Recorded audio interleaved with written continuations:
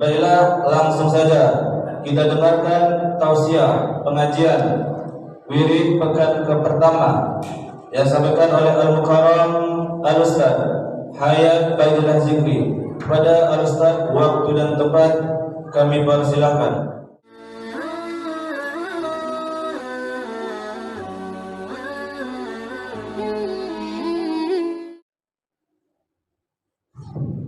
Bismillahirrahmanirrahim. Assalamualaikum warahmatullahi wabarakatuh.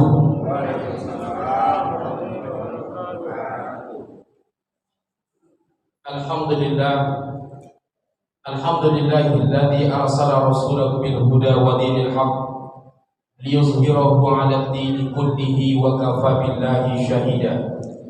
Asyhadu an la ilaha illallah wahdahu la syarika lah wa nashhadu annaka ya Muhammad ballaghta risalah wa addaital amanah wa kashaftal ghammah wa nasahtal ummah wa laqad jahadta fi sabilillahi bihaqqil jihad. Shalla 'alaika Allah ya ilmal huda. Allahumma shalli wa sallim wa barik 'alaihi. Bapak-bapak, ibu-ibu, hadirin jamaah salat maghrib rahimakumullah. Maka pada kesempatan kali ini Bapak Ibu sekalian, kita akan coba lanjutkan insyaallah sampai selesai surat Ad-Duha ayat yang keempat sampai ayat yang ke-11 nantinya. Kemarin kita sudah membahas bahwasanya Allah Subhanahu wa taala ada beberapa saat tidak menurunkan wahyu kepada Nabi Muhammad, sehingga Nabi Muhammad bertanya-tanya di dalam hatinya, apakah Allah membenciku? Apakah Allah meninggalkanku? Lalu kemudian diturunkanlah surat Ad-Duha sebagai jawaban, ma wadda'aka rabbuka wa ma qala. Allah tak pernah meninggalkanmu dan tak pernah membenci. Kan begitu yang kita sampaikan bulan lalu, Pak. Pengulang-ulang kaji bulan lalu sedikit. Maka kemudian Allah terangkan lagi, walal akhiratu khairul laka minal ula.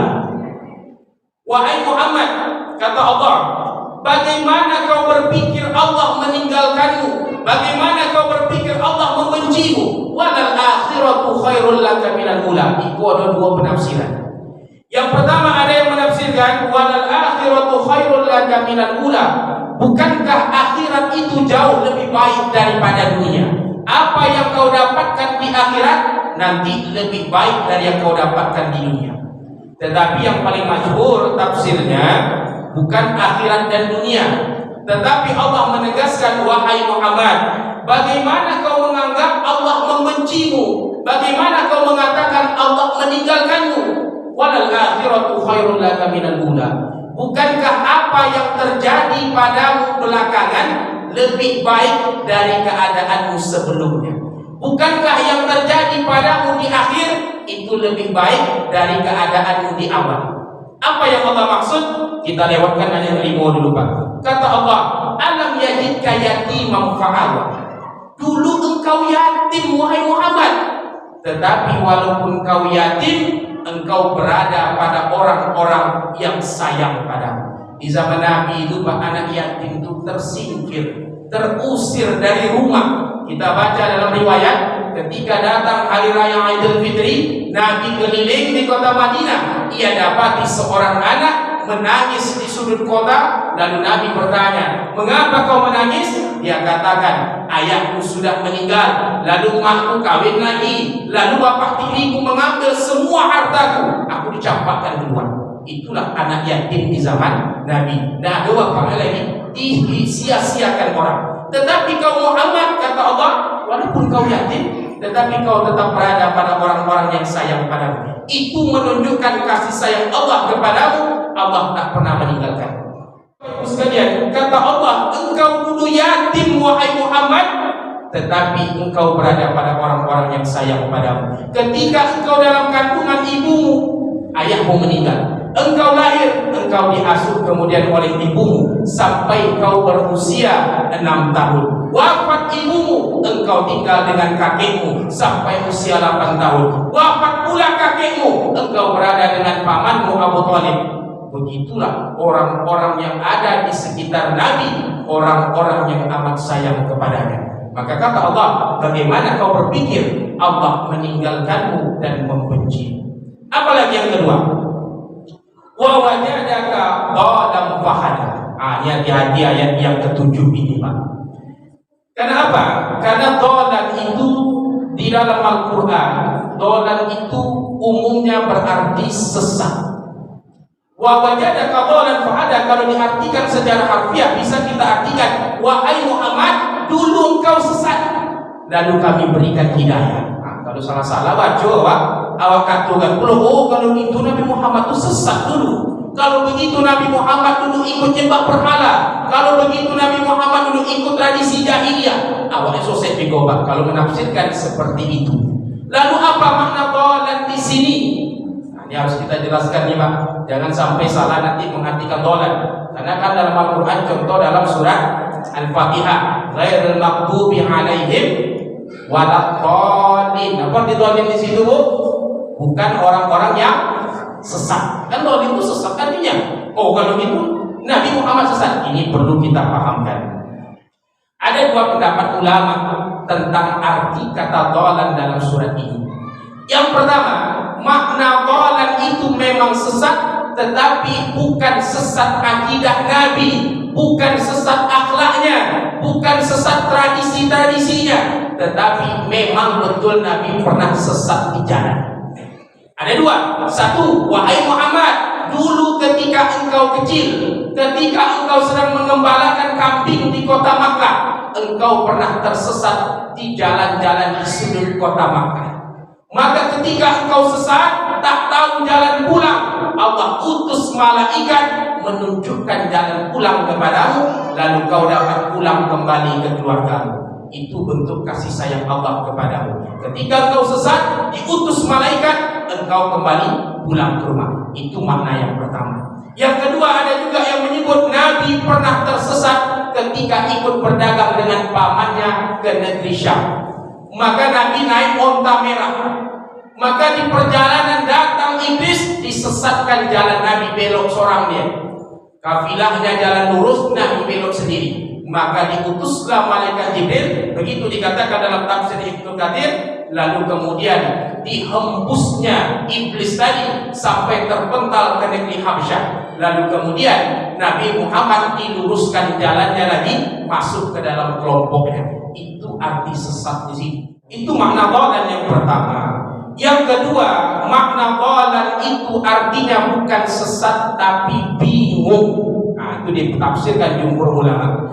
Jadi maknanya bukan sesat tapi bingung. Wahai Muhammad, dulu engkau bingung, tak tahu siapa yang disembah, tak tahu cara ibadah, tak tahu apa itu Al-Quran.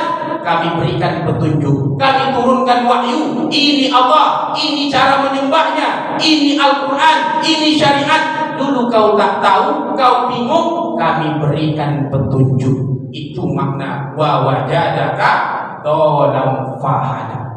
Jadi jangan salah. Maka kalau bingung, tak tahu tentang syariat, bertanyalah supaya dapat petunjuk. Maka Bapak Ibu sekalian, itu makna dhalan di sini. Ada juga beberapa ulama yang memahami ayat ini. Nabi dulu pernah melakukan kesalahan, tetapi kesalahan yang dilakukan Nabi tidak sampai bermaksiat kepada Allah. Kesalahan yang dilakukan Nabi itu merupakan kesalahan-kesalahan kecil. Ini ada beberapa yang menyebut demikian. Nabi itu sama seperti kita, Pak, manusia. Dia juga merasakan lapar, juga merasakan sakit, tetapi Nabi itu adalah seorang Nabi yang maksum, terpelihara dari melakukan dosa-dosa besar. Maka di dalam Al-Quran memang ada beberapa ayat yang menyebutkan Nabi pernah buat salah. Tapi salah Nabi bukan mencuri, membunuh, tidak. Tapi kesalahan-kesalahan kecil yang kalau bagi kita itu tidak salah. Apa contohnya? Nabi Muhammad SAW di dalam surat Abasa contohnya. Nabi pernah ditegur ketika datang orang buta kepada beliau. Lalu Nabi sedang ada tamu orang penting. Karena Nabi sedang sibuk mengurus tamu tadi, berdakwah kepada mereka, maka Abdullah bin Umi Maktum, laki-laki yang buta, yang minta pengajaran dari Nabi, Nabi berpaling dari laki-laki ini. Maka kemudian Allah tegur dalam surat Abasa wa tawalla an ja'ahul a'ma. Nabi bermuka masam dan berpaling ketika datang seorang laki-laki buta. Maka kata para ulama, itu pun sebenarnya tidak salah kalau bagi kita. Cobalah kalau apa di rumah Pak, sedang duduk, datang tamu Pak RT, Pak RW, Pak Lurah sekalian. Ketika datang tamu bertiga, tiba-tiba datang anak kita minta tunjukkan ya, tolong tunjukkan PR. Apakah Bapak akan katakan Pak RT, Pak RW, Pak Lurah minta maaf ya, saya tunjuk PR anak dulu? Tidak akan mungkin Bapak mengatakan itu. Pasti Bapak akan katakan tanya ke mak dulu, tanya ke kakak, tanya ke abang, Bapak lagi ada tamu. Kan begitu normalnya kita.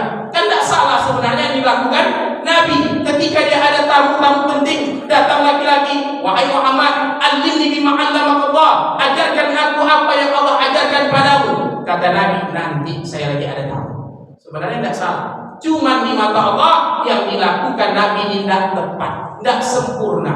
Karena yang didakwahi Nabi orang-orang penting ini tidak mau menerima ajaran Islam. Sedangkan Abdullah bin Umi Maktum ini memang berniat ingin mendapatkan ajaran agama.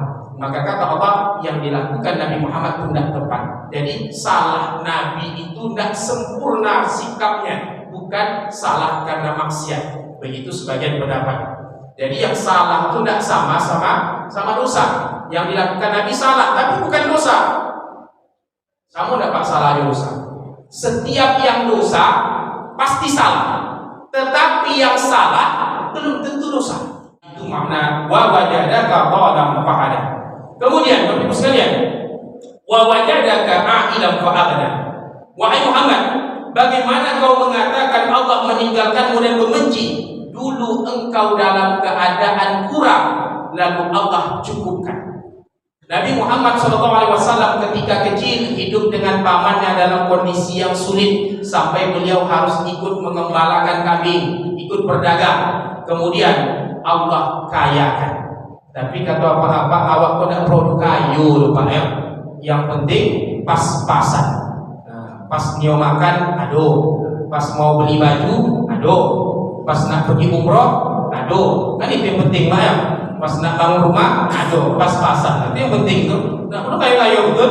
Nah, maka Allah katakan, dulu engkau dalam keadaan kurang wahai Muhammad, maka kemudian fa'aghna, kami kayakan, kami cukupkan semua kebutuhanmu.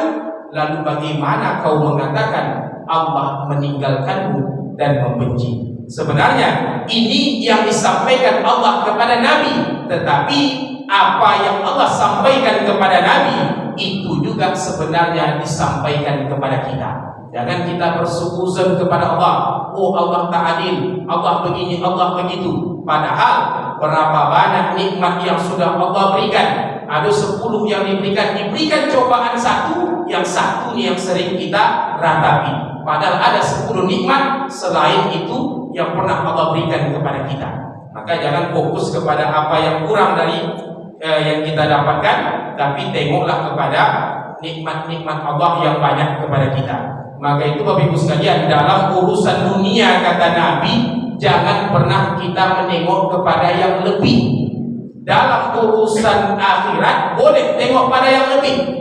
Jadi kalau dalam urusan dunia itu Pak, tengok-tengoklah pada yang kurang. Kalau kita nengok kepada yang lebih, tidak akan pernah bersyukur. Maka dalam hal dunia kata Nabi, jangan tengok pada yang lebih. Kita akan merasa kurang terus. Tapi tengok-tengoklah pada yang kurang dari kita. Maka kita akan ada rasa qanaah dalam hati. Kalau gaji Bapak 3 juta sebulan Pak, tengok yang gaji 2 juta. Kalau dapat gaji 2 juta sebulan, tengok yang gaji 1 juta. Kalau yang punya mobil, tengok yang punya motor. Kalau yang punya motor, tengok yang berjalan kaki. Kalau yang berjalan kaki, tengok orang tak pandai jalan. Maka kita akan merasa saya masih lebih baik dari orang lain. Jangan selalu memandang kepada yang lebih dalam urusan dunia, sehingga tidak ada rasa qanaah di dalam hati kita. Sehebat-hebat mobil lawak di dunia Pak, nak Pajero, nak Apollo Fortuner, Alphard, mati awak tengok ambulan dia akan mengantar ke kuburan Pak. Ya sosok hebat lawak. Mau apa, rumah kita mewah 4 tingkat, setiap tingkat ada 5 kamarnya. Jangan sosok hebat, mati awak kuburan sama lo kodang. Jadi jangan kita merasa hebat. Kita punya baju bagus mahal nih. Jam kawan 35.000 beli di pasar malam cuman. Jam awak Alexander Christie. Oh bapak yang seorang bunda Alexander Christie loh. Jamnya Richard Mille 1,5 M dibelinya. Walaupun jamnya mahal tapi tetapnya jam karet dia. Jam 7 acara, jam 8 dia tidur. Sama dia jam mahal yang murah. Segitu dia jam datang. Tapi mati kita pakaian kita mewah mahal, tetap samunya kain kafan di akhir hayat kita nanti. Maka dalam urusan akhirat boleh tengok pada yang lebih untuk motivasi ibadah. Tapi dalam urusan dunia sering-sering tengok kepada yang kurang dari kita. Bapak Ibu sekalian, kita masuk ayat kelima. Ayat kelima ini Bapak Ibu sekalian, ayat yang paling disukai oleh ahli maksiat. Ayat kelima ini ayat yang paling dicintai oleh para pendosa. Apa sebab? Allah katakan wala saufa yu'tika rabbuka fatardu. Kau yang suka-suka main judi slot, yang suka berjudi, yang suka mabuk, ikulah ayat yang paling menyenangkan hati. Apa kata Allah? Wahai Muhammad, engkau sungguh akan kuberikan sesuatu sehingga engkau puas dengan pemberian itu. Lalu ditafsirkan oleh ulama, apa yang Allah berikan nanti sehingga Nabi itu kan menjadi puas? Ditafsirkan oleh ulama, Nabi itu barukan puas, barukan senang hatinya ketika semua umat Islam nanti masuk dalam surga. Sehingga dalil ini dikatakan oleh para ulama, semua kaum muslimin pada akhirnya nanti akan masuk ke dalam surga. Cuman tidak sama waktu masuknya.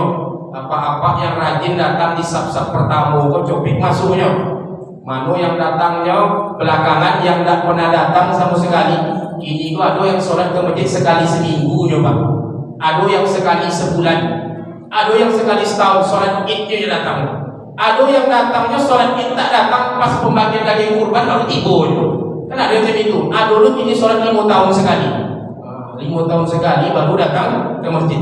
Apakah mereka dinantikan masuk ke dalam surga? Sesuai ayat ini, semua orang Islam yang ada meyakini di dalam hatinya la ilaha illallah pada akhirnya akan masuk ke dalam surga. Tapi lamo dipanggang lo di neraka dulu, dicubur lo ke siko dulu, dimasukkan pula ke neraka ini dulu, baru nanti pada akhirnya dimasukkan ke dalam surga. Maka jangan pula setelah membaca ayat ini apa main judi pula kan masuk surga begonya. Nah, salah Bapak. Ini ayat untuk sebagai janji Allah kepada Nabi Muhammad, sungguh nanti wahai Muhammad, Allah akan memberikan sesuatu kepadamu, dengan pemberian itu engkau akan menjadi senang, yaitu Allah janjikan bahwasanya semua umat Islam nanti pada akhirnya akan masuk ke dalam surga. Maka jangan dengan kita mengetahui tafsir ayat ini lantas kita bermaksiat. Kadang ada orang punya pendapat dalam hatinya Pak, kecil suka-suka, muda foya-foya, tua kaya raya, ibadah tak pernah, mati pengen masuk surga. Macam kan punya orang dalamnya di surga itu. Ibadah tak ada, tapi pengen masuk surga. Tentunya Bapak Ibu sekalian, walaupun ada ayat ini yang menyatakan orang beriman, seorang muslim pada akhirnya akan Allah masukkan ke dalam surga, bukan berarti kita lantas hidup bermaksiat, lantas kita meninggalkan ibadah dengan keyakinan nanti kita akan masuk ke dalam surga. Maka kata Nabi, kalau kita minta dimasukkan ke dalam surga, Pak, jangan tanggung-tanggung. Kalau kita bisa minta kepada Allah, mintalah surga Firdaus. Jangan awak berdoa itu tanggung-tanggung. Ibu-ibu berdoa, ya Allah, masukkanlah aku ke dalam surga. Biarlah di tepi-tepinya pun tak apalah. Biarlah yang di belakang-belakang sekali tak apalah. Biarlah di ujung-ujungnya saja tak apalah. Yang penting masuk dalam surga. Jangan berdoa seperti itu. Tapi berdoalah. Kalau bisa minta masuk ke dalam surga, kata Nabi, mintalah surga yang paling tinggi, surga Firdaus. Nah, jadi jangan punya cita-cita biarlah kita nanti masuk yang paling belakang, biarlah di teras-terasnya aja tak apalah, yang penting masuk dalam surga. tetapi kata Allah, kata Nabi Muhammad SAW, mintalah surga yang paling tinggi. Tentu untuk mendapatkannya dengan memperbanyak amal ibadah. Bapak Ibu sekalian, ayat terakhir Allah katakan, wa amma bi ni'mati rabbika fahaddits. Maka terhadap nikmat Tuhanmu maka sering-seringlah menyebutnya. Ini juga hati-hati dalam memahaminya. Apa makna ayat ini? Ini kan sering kita kalau mau mulai pidato, MC baru kan mulai memberikan sambutan di awal pembukaan, kan biasa disampaikan. Mari kita bersyukur atas nikmat sehat, atas nikmat kelapangan, atas kesempatan. Itu yang dimaksud ayat ini. Menyebut nikmat yang Allah berikan untuk disyukuri, bukan menyebut nikmat yang didapatkan supaya orang iri. Jadi salah. Kadang ada orang gini Pak, ceritanya di kode kopi. Aduh, burung masuk ke rumah saya tadi malam, tadi siang. Burung itu cantik, panjang ekornya. Hinggaplah dia di atas mobil Alphard saya yang baru saya beli sebulan yang lalu. Saya tangkap, lari dia ke dalam rumah. Hinggap dia di atas AC saya 4 PK. Saya duduk-duduk, tak mau turun dia. Saya duduk-duduk, tak turun. Saya lempar, baru turun. Terbang pula dia ke atas TV LCD 65 inci yang baru saya beli seminggu yang lalu. Saya mau tangkap, lari pula dia ke dapur. Hinggaplah di atas kulkas 3 pintu tuh.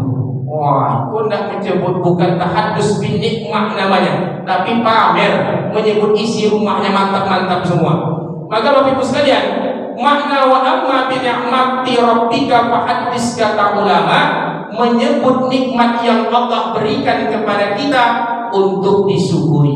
Maka kita baru lulus ujian, alhamdulillah anak saya lulus ujian, alhamdulillah tanah saya terjual, alhamdulillah saya bisa menempati rumah baru, alhamdulillah saya masih diberikan sehat. Disebutkan nikmat itu untuk disyukuri. Itu kata Allah di akhir surat Al-Duha ini. Jadi semua nikmat yang didapat itu boleh diceritakan kepada orang lain dengan tujuan untuk disyukuri, bukan untuk dipamerkan kepada orang. Itu di akhir ayat ini, wa amma bi ni'mati rabbika fahaddits. Maka Bapak Ibu sekalian, tentunya surat Ad-Duha ini adalah salah satu surat di dalam Al-Quran yang kata Nabi ini merupakan surat-surat mufassal. Oleh ulama tafsir disebut surat mufassal, surat yang dianjurkan dibaca di antaranya ketika sholat duha. Kemudian juga kalau sholat berjamaah maghrib itu dianjurkan kita membaca surat-surat qasrul mufassal dari surat Ad-Duha sampai An-Nas. Itu pilihan-pilihan sholat surat yang dibaca ketika sholat maghrib. Nanti di atas itu kita dianjurkan sampai surat An-Naba, itu dianjurkan dibaca di dalam sholat Isya. Kemudian di atas itu Qaf sampai An-Nazi'at, nanti di atas surat An-Naba itu dianjurkan dibaca ketika sholat subuh. Maka sholat duha ini bisa kita amalkan, diantaranya dibaca ketika sholat maghrib, karena sholat maghrib itu memang dianjurkan surat yang pendek-pendek saja, jangan kelewat panjang, jangan kejauhan. Nah demikian Bapak Ibu sekalian, karena sudah masuk waktu sholat Isya, kita tutup dengan doa kafaratul majlis. Subhanakallahumma wa bihamdika asyhadu an la ilaha illa anta astaghfiruka wa atubu ilaik. Wallahu a'lam bishawab. Assalamualaikum warahmatullahi wabarakatuh.